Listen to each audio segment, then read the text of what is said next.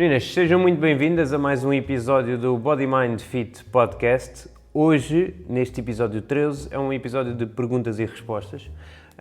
O que nós fizemos aqui foi nós juntámos as 15 perguntas que vocês habitualmente fazem e então hoje vamos responder-vos exatamente a essas perguntas, que acredito que sejam, a maior parte delas, as dúvidas que tu tens aí desse lado.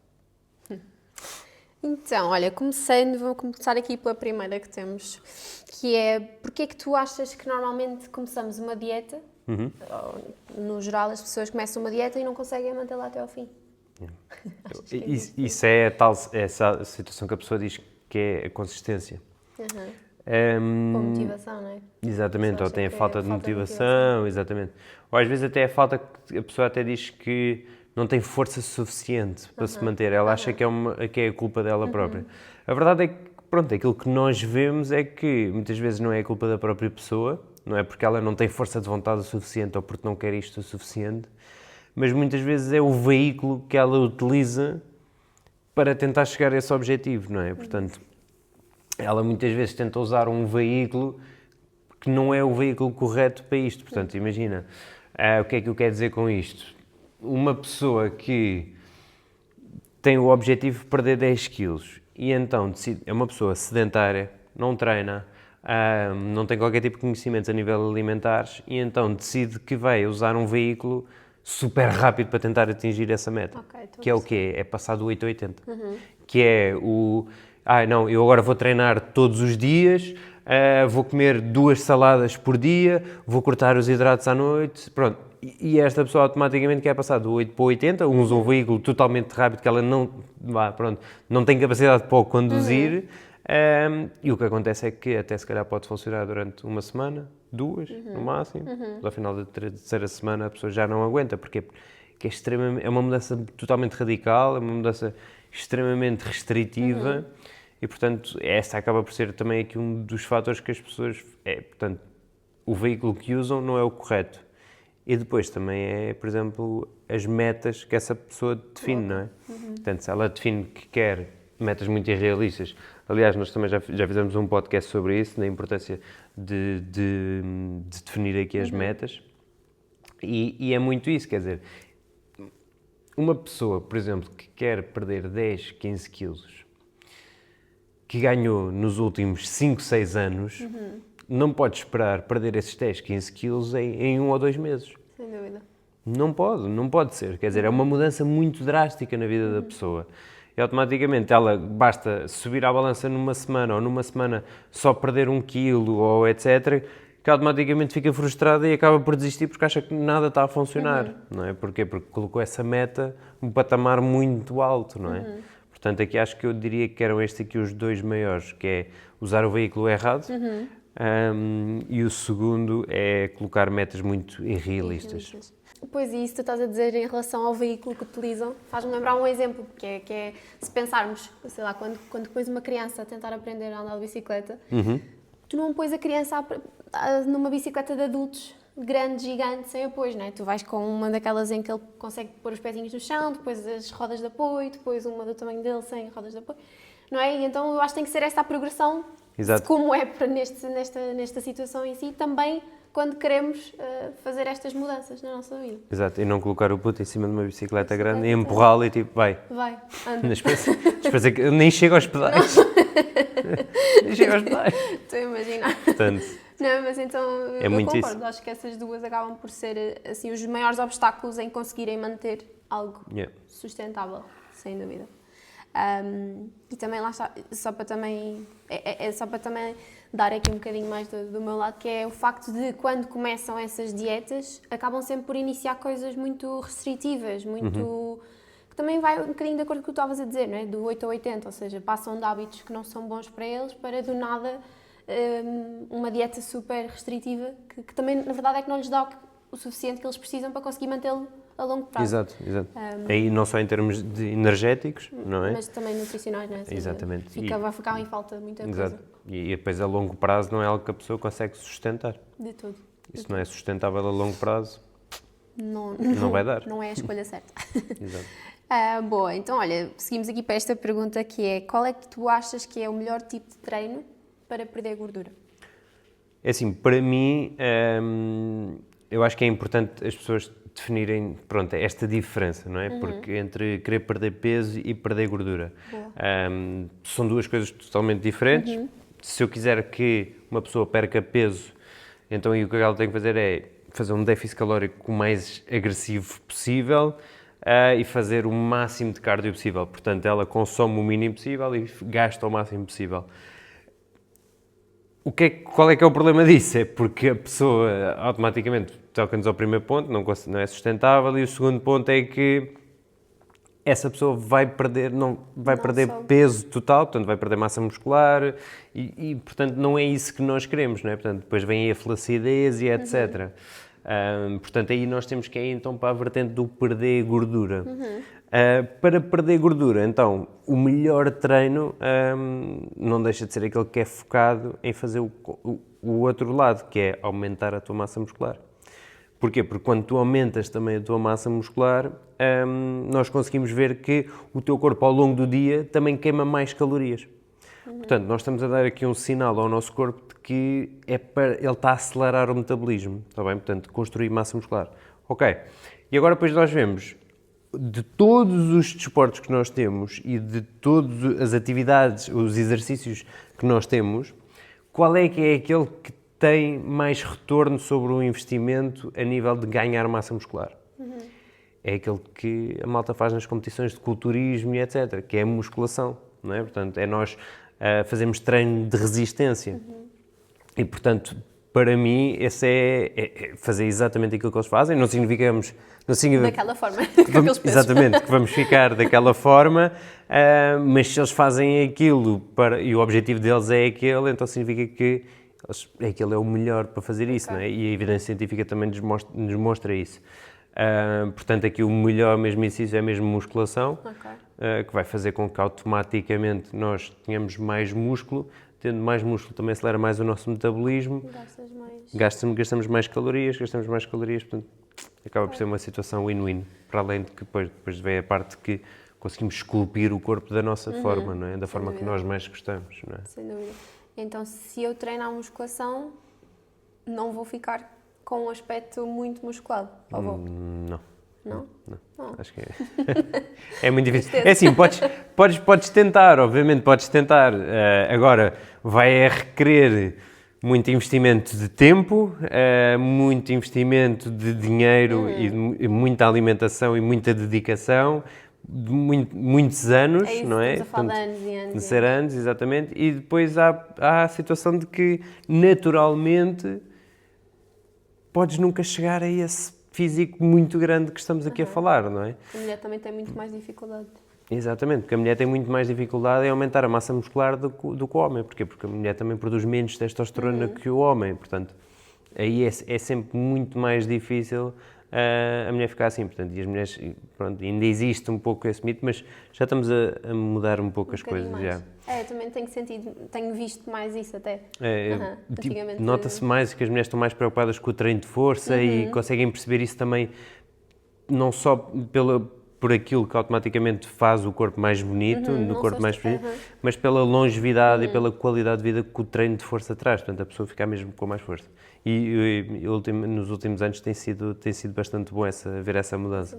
É isso, porque a verdade é que isso depois traz muita qualidade de vida daqui a uns anos, não é? Exato. Quando a massa muscular começa a desaparecer mais, é importante contrariar isso. Exato. E com o tempo também depois o metabolismo desacelera, portanto também precisamos da massa muscular para fazer o reverso.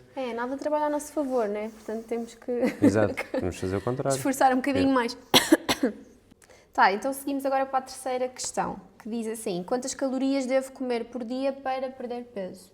Portanto, eu vou responder a essa questão, se me permitires. Aqui, meninas, o que é que eu acho? Eu acho que o ideal é fazerem isto acompanhadas, ok? Para quê? Para não se perderem tão facilmente com todas as opções que existem no mercado. Vocês já devem ter ouvido falar, existem as dietas dos 3 passos, a Easy Slim e tudo mais, jejuns intermitentes. E eu diria que são abordagens muito difíceis de manter, não é? E então eu acho que o ideal é vocês fazerem isto sempre acompanhado para também conseguirem chegar mais facilmente ao vosso objetivo. De qualquer forma, o que é que quantas calorias, esta é a questão, né? Ou seja, quantas calorias é que nós temos que consumir. Para isso nós temos que fazer cálculos, não é? Ou seja, perceber quanto é que vocês gastam e para isso vocês podem utilizar a nossa calculadora, basta irem à página do BMFit e enviar mensagem aqui ao Filipe a dizer calculadora. É só porem lá os vossos dados e tudo mais e eles dão-vos as calorias que vocês gastam no vosso dia-a-dia, ok? É uma estimativa.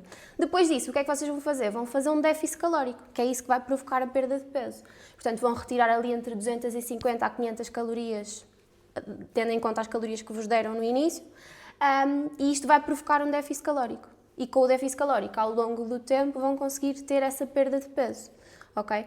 Claro que tem que ser uma alimentação equilibrada, porque vocês não querem perder o peso em músculo, não é? Querem perder principalmente em gordura, então obviamente que vocês têm que equilibrar isso e por isso é que com ajuda é muito mais fácil garantir que vocês estão a ir buscar tudo aquilo que precisam. Mas portanto é muito isto, ok? A nível das calorias, não vos consigo dizer agora, olha, são 1500, porque isso depende da pessoa, não é? Mas temos que fazer um déficit calórico entre 250 a 500 calorias, tendo em conta as calorias que vos deram no início. Não sei se tens alguma coisa a acrescentar, achas que... Não, acho que aí é muito isso.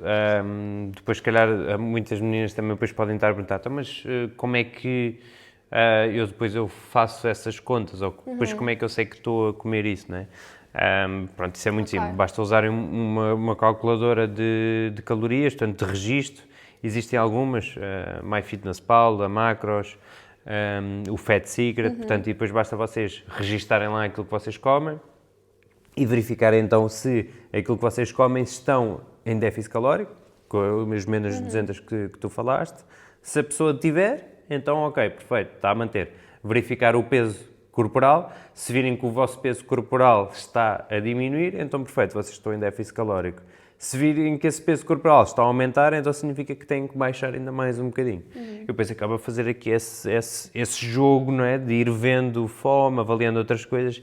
Agora aí está, que é sempre melhor quando uma pessoa não tem conhecimento, é normal que a pessoa aí, pronto, acaba por sentir-se um pouco perdida. E aí, claro, pronto, aí a situação, a pessoa ter um acompanhamento é sempre melhor porque consegue aprender como é que isso se faz, não é? Sem dúvida. E eu queria só acrescentar também, porque tu disseste em relação ao facto, imagina que o peso não vai descendo, não é? Significa que temos que baixar as calorias. Eu também acho que é importante relembrar que às vezes as pessoas podem não estar a fazer a recolha da melhor forma, ou seja, às vezes não contabilizam o azeite que utilizam para cozinhar, ou às vezes usam o peso em cru e não em cozinhar, pequenas coisinhas que depois podem fazer diferença. Então eu acho que é sempre importante também primeiro avaliar se estão realmente a comer aquilo que está lá na aplicação. O registro que tem, sem dúvida, portanto, porque aqui, isso faz muita diferença. Aí já é a qualidade, a forma como a pessoa registra, não é? Aqueles erros que podem acontecer. É, porque pode ser um errozinho que do nada dá uma diferença de 300 calorias e que a longo prazo, não é? 300 calorias todos os dias, num processo de déficit calórico vai fazer muita diferença. Exato. Sem dúvida. Boa. Próxima. Portanto, esta questão fazem muitas vezes também, que é, se eu como saudável durante a semana e me descontrolo ao fim de semana, ainda vou conseguir perder peso ou não? Adoro essa. Esta aqui, portanto, eu e o Filipe acreditamos muito, eu vou começando, mas depois... Sim, dá-lhe, força. Eu e o Filipe acreditamos muito no equilíbrio, não é? Ou seja, nós não acreditamos em dietas malucas, em mudanças malucas, porque nós sabemos que isso não funciona, porque também nós próprios já tentámos essas coisas. Exato. E não resultou muito bem connosco. E nós vemos isso diariamente, não é? Mas, obviamente, também é importante lembrar que tem que haver esta... Como é que se diz esta palavra em português? Accountability. Responsabilidade, compromisso, não é? Convosco próprios, não é? Ou seja... Exato. Realmente, se vocês querem uma mudança, tem que haver mudança de comportamento para que esse resultado venha. Mas incluindo um bocadinho de tudo, havendo equilíbrio, flexibilidade. Ok? Isto significa que se decidirem iniciar este processo e todos os fins de semana, todas as refeições forem fora daquilo que é os diferentes hábitos que vocês têm que ter para chegar ao vosso objetivo, então sim, pode influenciar bastante os vossos resultados, certo? Agora, se vocês se organizarem de forma a incluir uma refeição ou sei lá, um docinho de vez em quando, coisas do género, não é? Mas que estejam incluídos nesse vosso planeamento de uma forma organizada, então tudo ok. Portanto, respondendo à questão, eu diria que poderá evitar a perda de peso, não é? Este descontrole grande, Mas se for uma inclusão de uma forma equilibrada, não será esse o problema. Exato. Não sei se me fiz explicar muito bem. Sim, não, e eu acho que isso é muito bom, porque existe depois também o outro lado que é, ok, certo, e pode influenciar, mas isso depois também é assim, pronto, existe também muito esta ideia, que isso surgiu muito das cheat meals, do dia do lixo, portanto, o que é que isso depois leva? Isso leva aqui, ok, a pessoa depois pensa que é essa refeição, certo, é essa refeição, mas é essa refeição devido ao peso mental que aquela refeição tem para aquela pessoa. Porque automaticamente, quando nós pensamos, é o dia do lixo, ou é o meu dia livre, então significa que os outros todos, então é prisão, não é? E o que é que acontece? Nós não queremos estar sempre numa prisão. E quando saímos, aquilo é zoom. Então, depois acontece, é que nesses dias a pessoa vai por todo lado, não é? Portanto, é o hambúrguer, é não sei o quê, é gelado, é isto. E depois acaba por ser o dia inteiro assim. É claro que isso sim pode estragar o fim de semana, não é? A semana, não é? Mas quer dizer, portanto, aí nós aliás, nós dizemos sempre isso, não é? Portanto, nós não somos adeptos de cheat meals, dias livres, nem nada disso, é simplesmente a pessoa ter a consciência e ter esse equilíbrio, não é? Pá, se a pessoa quer ir jantar à casa da mãe, etc., pá, vai, não vai levar o Tupperware, nem nada disso, não é? Tipo, obviamente, tipo, e vai desfrutar, não é? Mas é sempre melhor a pessoa ter essa consciência do que não ter completamente, não é? Porque a pessoa tendo essa consciência consegue lidar melhor com isso. Logo depois evita o sentimento de culpa, porque muitas vezes quando tem esses dias de cheat meals e etc., logo a seguir vem o sentimento de culpa, que é a pessoa tipo, perdeu completamente o controle, depois o sentimento de culpa, depois leva aqui um ciclo e que a pessoa está sempre nesta situação. Depois acha que durante a semana está tudo bem, depois acha que a culpa é o fim de semana. A culpa é o fim de semana, mas a culpa é o fim de semana pela forma como tu pensas durante a semana. Tu pensas que a semana é algo que é tipo, é uma prisão, que é uma privação, não é? E eu ainda, exatamente, eu acho que ainda ia dizer que eu acho que estes descontrolos no fim de semana acontecem, muitas vezes, exatamente por isso, porque durante a semana o saudável, né, aquilo que consideram saudável é uma restrição gigante. Exato. Então é normal que cheguem ao fim de semana a morrer de fome, não é? Porque imaginem, num déficit calórico já vão estar a dar menos ao corpo do que aquilo que ele precisa. Ou seja, o corpo já vai sentir mais fome por natureza. Depois ainda fazem uma restrição maior, que desnecessária, não é? Coisas até com falta de nutrientes e tudo mais. É normal que cheguem a uma certa altura que não consigam aguentar mais e haja este descontrole. Portanto, eu até diria que muitas vezes este descontrole vem porque existe uma restrição muito grande ao longo durante da a semana. Exatamente. E às vezes o problema não está, pronto, é isso, pode não estar no fim de semana, mas está assim durante a semana. Porque é que eu estou a ter este descontrole? Exatamente. Exato. Sim, sem dúvida. Eu acho que é sempre bom fazer essa pergunta. E também ainda outra coisa que é o facto de, quando as pessoas planeiam, não é? E nós já falámos muito sobre isso, que é quando as pessoas planeiam as semanas e sabem, ok, sexta-feira vou ter um jantar fora, conseguem organizar a semana de forma a que isso não influencie os resultados, não é? Porque vão estar a contar com esse jantar, vão estar a contar, ok, vou ter um jantar fora, eu não vou estar a beber só água e a comer salada e frango grelhado, mas então deixa-me organizar o resto da minha semana de forma a que isso não influencie nunca os meus resultados. Eu acho que isso também é importante nesse sentido. Exato, sem dúvida. Boa. Mais questões. Porquê é que sinto tanta fome quando estou em déficit calórico? Porque déficit calórico é fome. É sinónimo. Não, foi um bocado que eu disse há bocadinho também, né? Ou seja, se nós estamos a dar menos calorias ao nosso corpo do que aquelas que ele gasta, claramente ele vai sentir um bocado mais fome do que o habitual. Porque ele já está ali a sentir aquela privação, não é? Agora aí é a tal situação, não é?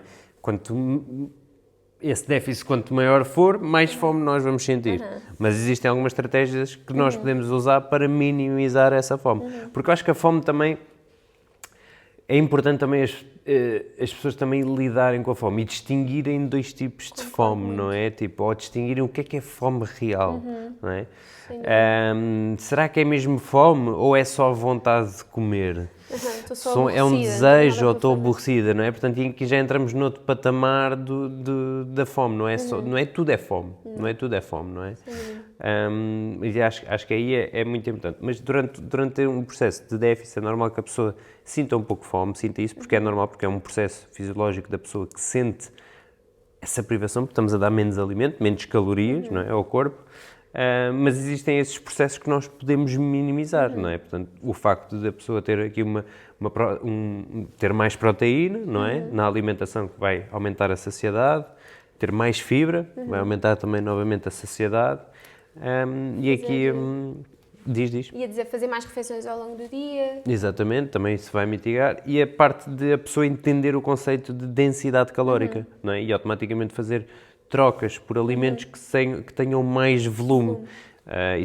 Isso vai logo aumentar o volume do tamanho de comida que tem no prato, se calhar pelas mesmas calorias. Visualmente conseguimos enganar um pouco o cérebro, não é?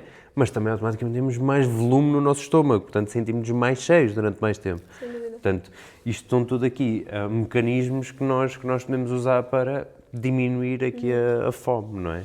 Mas que sim, acho que na minha opinião, e as partilhas da mesma, é normal existir aqui um pouco de fome, porque é um processo fisiológico, é privação, não é? Exato. E é isso, eu acho que também é bom nós aprendermos a não ter medo disso, de sentir fome, porque a verdade é que é muito bom nós sentirmos, porque eu acho que é ainda mais preocupante, na minha opinião, quando nós não conseguimos sentir a fome, a saciedade, porque isso depois é muito mais difícil para nós, de uma forma intuitiva, controlarmos quando é que devemos ou não comer. E a fome é o nosso corpo a dizer, olha, está na altura. Exato. Ok? Só para saber. Pronto, e depois nós com essa informação gerimos, tendo em conta a quantidade de fome que temos ou não, lá está a perceber se é mesmo fome ou não, e eu acho que esse exercício é sempre muito importante fazer. Aliás, agora uma coisa que me ajudou imenso a conseguir controlar a minha fome e não que a fome me controlasse a mim, que acho que foi a melhor coisa que o jejum intermitente me deu. Portanto, houve um ano da minha vida que eu fiz jejum intermitente, 6 meses ou um ano, já não me recordo exatamente. Péssima decisão. Mas pronto, e a melhor coisa que eu sei que o jejum me deu foi eu aprender a lidar com o meu sentimento de fome e conseguir distinguir se era realmente fome ou não. Portanto, isso foi uma das coisas que me ajudou, a parte do jejum intermitente, em definir bem. Boa, eu acho que é muito bom. Mesmo, porque eu acho que é difícil às vezes distinguirmos, percebermos se estamos ou não com fome. Sem dúvida. Boa. Próxima questão, esta. Isto é sobre nutrição, mas eu vou-te perguntar a ti, que eu acho que vais gostar de responder. Preciso de cortar os hidratos de carbono para emagrecer? Tens que dar uma volta de 360. Às vezes o problema é a batata na sopa. Adoro. A batata na sopa, não é? Uma batatinha numa panela de sopa que dá para, sei lá, 15 porções de sopa. Vamos por assim. Meninas, não é esse o problema, não é a batatinha na sopa, está bem? A pergunta era... Precisas de cortar os hidratos de carbono para emagrecer. Exato. Acho que aqui o importante porque eu sinto que quando eu estou a falar com alguém que acha isso, eu acho que o importante é explicar a ciência, não é? E explicar porque é que as coisas acontecem. Porque acho que a partir do momento em que a pessoa entender como é que as coisas acontecem, torna-se tudo muito mais claro. E a pessoa já não cai neste tipo de mitos ou neste tipo de ideias espatafúrdias porque alguém quer vender qualquer coisa. Então, acho que é importante nós desconstruirmos aqui isto. Então, o que é que nós temos que fazer para perder peso? Déficit calórico, ok? Então, nós sabemos que 1 grama de proteína equivale a 4 calorias, que é exatamente igual a 1 grama de hidratos que equivale a 4 calorias. Portanto, se nós sabemos que aquilo que nos faz emagrecer é consumir menos calorias do que aquilo que o nosso corpo gasta, então eu cortar a proteína ou cortar os hidratos é exatamente a mesma coisa. E quando eu sinto que quando eu explico isto às pessoas, as pessoas pensam tipo, ok, exatamente, ok, então pronto, então é uma coisa. Às vezes as pessoas dizem, ok, então vou cortar os dois. Nossa. Não, mas pronto, mas estão a entender. Portanto, não há necessidade disso. Portanto, quando a pessoa consegue perceber que o problema não está nos hidratos, mas aí a pessoa consegue perceber que, ok, o meu problema está assim nas calorias. Eu ingiro sempre mais calorias do que aquilo que o meu corpo gasta. E aí, pronto, a pessoa já consegue entender o porquê das coisas. Porque se a pessoa entender o porquê das coisas, já não cai neste tipo de mitos, já não cai neste tipo de erros constantemente neste tipo de situações, não é? Portanto, aqui a base de tudo é isso. É simples, é o déficit. É o déficit. Quer dizer, não é aquele alimento que tem açúcar, não é não sei o quê. Meninas, se vocês estão com excesso de peso, com 10, 20 quilos a mais, foi porque ingeriram calorias a mais do que aquilo que o vosso corpo gasta. Não foi por causa do açúcar. Não é o... Exato, não é o pão, são coisas, não é o arroz, não é o hidrato, não, é por causa das calorias. É isto, é aquilo que a ciência nos diz, quer dizer, é simples. Só que depois as pessoas tentam ir sempre ao bocadinho e não sei o quê. Não, afinal o problema é do açúcar, não, afinal o problema é dos hidratos à noite, não é? Não é isso. É mais difícil encarar que é o déficit calórico. Exato. É mais chato ter que mudar isso do que ter que mudar só, se calhar, tirar o pão ou tirar o arroz, mas a verdade é que... Boa. E então, outra questão que está muito relacionada com esta, que é, posso comer pão e ainda assim perder peso? Portanto, a resposta é a mesma, sim. Exato. Não é? Até podias, nota para, não é isto que eu quero que façam, mas até podiam só comer pão, se fizessem menos calorias do que aquelas que estão a gastar, iam perder peso. De uma forma boa, não, óbvio. Não é isso que nós queremos. Mas é para perceberem que o que vai interessar é se as calorias que consomem são inferiores às que gastam. E ponto final, é esta a regra. Depois, do que comem ou não, só vai variar a composição corporal e tudo mais. Sabem? Portanto, podem comer pão, sem dúvida. O ideal é variarmos, não é? Mas podemos incluir pão. Sim, a culpa é isso. A culpa não é do pão de manhã. A culpa não é daquele específico. A culpa é simplesmente são calorias a mais. Portanto, a pessoa pode comer pão, pode comer o pão todos os dias. Não tem problema em comer uma torrada todos os dias. Adoro. É uma pequena almoço. Exatamente, o meu também. Tipo, top. Pá. E não quero parar de comer. Não inventem, por favor. Não. Boa. Muito obrigado por estares desse lado. Esperemos que tenhas gostado deste episódio. Nós não fazemos qualquer tipo de anúncios, portanto aqui a única coisa que eu te peço é, se de facto tu gostaste e tiveste aqui alguma ajuda deste podcast, só te peço então que partilhes com alguém e que deixes aqui uma review positiva. Muito obrigado e até ao próximo episódio.